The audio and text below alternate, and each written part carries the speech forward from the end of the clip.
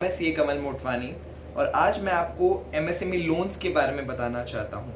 जैसे कि आपने सुना होगा कि लोन हर एक बिजनेस की रिक्वायरमेंट है और जैसे हमारी भारत सरकार ने भी सेल्फ स्टार्टअप्स को, एंटरप्रेन्योरशिप को इतना प्रमोट किया है, तो हर किसी का ज़्यादा रुझान आजकल अपना खुद का बिजनेस करने में है। लेकिन बिजनेस के लिए आपको रिसोर्सेज चाहिए, फाइनेंस चाहिए। कहा भी जाता है finance is the blood of an organization. तो कहाँ से आएगा, कैसे होगा ये लोन का मेन फंडा कैसे क्लियर होगा?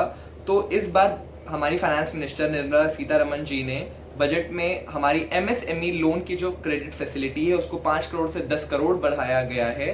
तो अब ये कैसे लोन्स हम लेंगे, आज मैं इसके बारे में आपको पूरा डिटेल बताऊंगा, तरीका कि कैसे हम एमएसएमई लोन्स को की फैसिलिटी को अवेल कर सकते हैं, स्टार्टिंग फ्रॉम द एलिजिबिलिटी से लेकर के क्या क्या तरीके हैं जिससे हम एमएसएमई लोन्स को ले सकते हैं।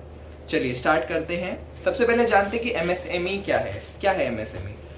Micro, small and medium enterprises. Micro enterprises वो एंटरप्राइजेस होती हैं जहां पे हमारे इन्वेस्टमेंट 2.5 करोड़ तक का होता है और जो हमारा टर्नओवर है 10 करोड़ का होता है। स्मॉल एंटरप्राइजेस में भी हमारा इन्वेस्टमेंट 25 करोड़ तक का होता है और टर्नओवर 100 करोड़ तक का होता है। फिर आती है मीडियम एंटरप्राइजेस, जहां पे किसी भी एंटिटी का इन्वेस्टमेंट जो है वो 125 करोड़ का होता है अपने एसेट्स में और टर्नओवर 500 करोड़ तक का होता है, उन्हें मीडियम एंटरप्राइजेस कहते हैं। तो ये सारी एंटिटीज अपने अपने थ्रेशोल्ड, अपनी लिमिट्स के हिसाब से बिजनेस लोन्स अवेल कर सकती हैं। अब आती है क्या एलिजिबिलिटी है, कैसे आपको ये लोन मिलेगा। इस लोन को अवेल करने के लिए सबसे पहले आप उद्यम registration.gov.in की साइट पे जाएंगे। वहां पे आप एप्लीकेशन दे सकते हैं। बैंक्स और एनबीएफसीज ये फैसिलिटीज प्रोवाइड करती हैं।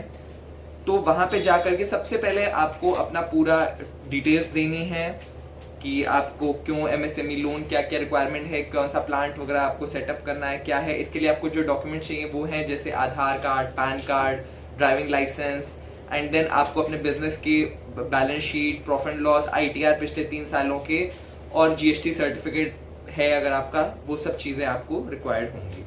इसके बाद एलिजिबिलिटी में आता है कि बैंक्स देखती हैं कि आपका जो क्रेडिट स्कोर है वो 750 के ऊपर होना चाहिए और आपका जो बिजनेस है उसका टर्नओवर 10 लाख का होना चाहिए और आपकी सालाना आय जो है वो 2 लाख की होनी चाहिए। फिर आते हैं कि भारत में एमएसएमई लोन्स हम कैसे, किस तरह से ले सकते हैं। तो बहुत सारे तरीके हैं एमएसएमई लोन्स के। सबसे पहले आता है मुद्रा योजना, प्रधानमंत्री मुद्रा योजना। प्रधानमंत्री मुद्रा योजना में कोई नॉर्मल इंडिविजुअल 10 लाख से 20 लाख तक के लोन्स इजीली ले सकता है। इसको 3 कैटेगरीज में डिवाइड किया गया है। पहला है शिशु, जहां पे आप 50,000 तक के लोन ले सकते हैं। उसके बाद किशोर, जहां पे 50,000 से 5 लाख तक के लोन ले सकते हैं। उसके बाद तरुण, जहां पे 5 लाख से 10 लाख तक के लोन लेने, और 10 से ऊपर आपको अगर जाना है तो 20 लाख तक के लोन आप तरुण प्लस वाली स्कीम में ले सकते हैं। इसके बाद आता है prime minister's employment generation programme. ये भी एक क्रेडिट लिंक सब्सिडी स्कीम है जहां पे गवर्नमेंट आपको सब्सिडी देती है आपके लोन पर। उसके बाद जो सबसे फैंसी, सबसे आजकल इतनी यूनिक चर्चा में है जो चीज़ है वो है credit guarantee, CGTMSC, credit guarantee trust fund for MSME, micro small enterprises.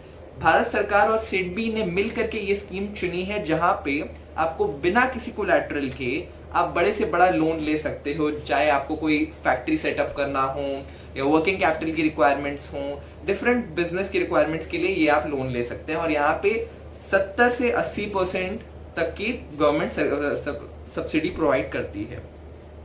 इसके लिए आपको ना केवल आप अपनी पर्सनल डॉक्यूमेंट्स जैसे बैलेंस शीट वगैरह, आईटीआर के अलावा आपको एक प्रोजेक्ट जो भी आपको स्टार्ट करना है उसकी भी एक प्रोजेक्ट रिपोर्ट बना करके बैंक के सामने सबमिट करनी पड़ेगी और उसको स्क्रीन करने के बाद ही आप बैंक इसको सैंक्शन देगी। सबसे इंपॉर्टेंट चीज, एमएसएमई लोन्स ही क्यों, हम एमएसएमई लोन्स पे ही क्यों फोकस करें। हमें तो एनबीएफसी से लोन मिल जाते हैं। एनबीएफसी तो बिना किसी इतने तामझाम के अलावा तुरंत ही हम अप्लाई करें और मिल जाते हैं लोन्स। लेकिन वहां पे जो आपको इंटरेस्ट की मार पड़ती है वो इससे कहीं ज्यादा होती है। 15 से 20% तक का इंटरेस्ट भी चार्ज हो जाता है, एनबीएफसी चार्ज करती हैं। लेकिन यहाँ एमएसएमई लोन्स जो सरकार की सुविधाएं हैं, यहाँ पे सरकारी बैंक्स के थ्रू आपको 8 से 9% या 11% तक पे आपको लोन मिल जाता है। तो ये एक बहुत अच्छी फैसिलिटी है।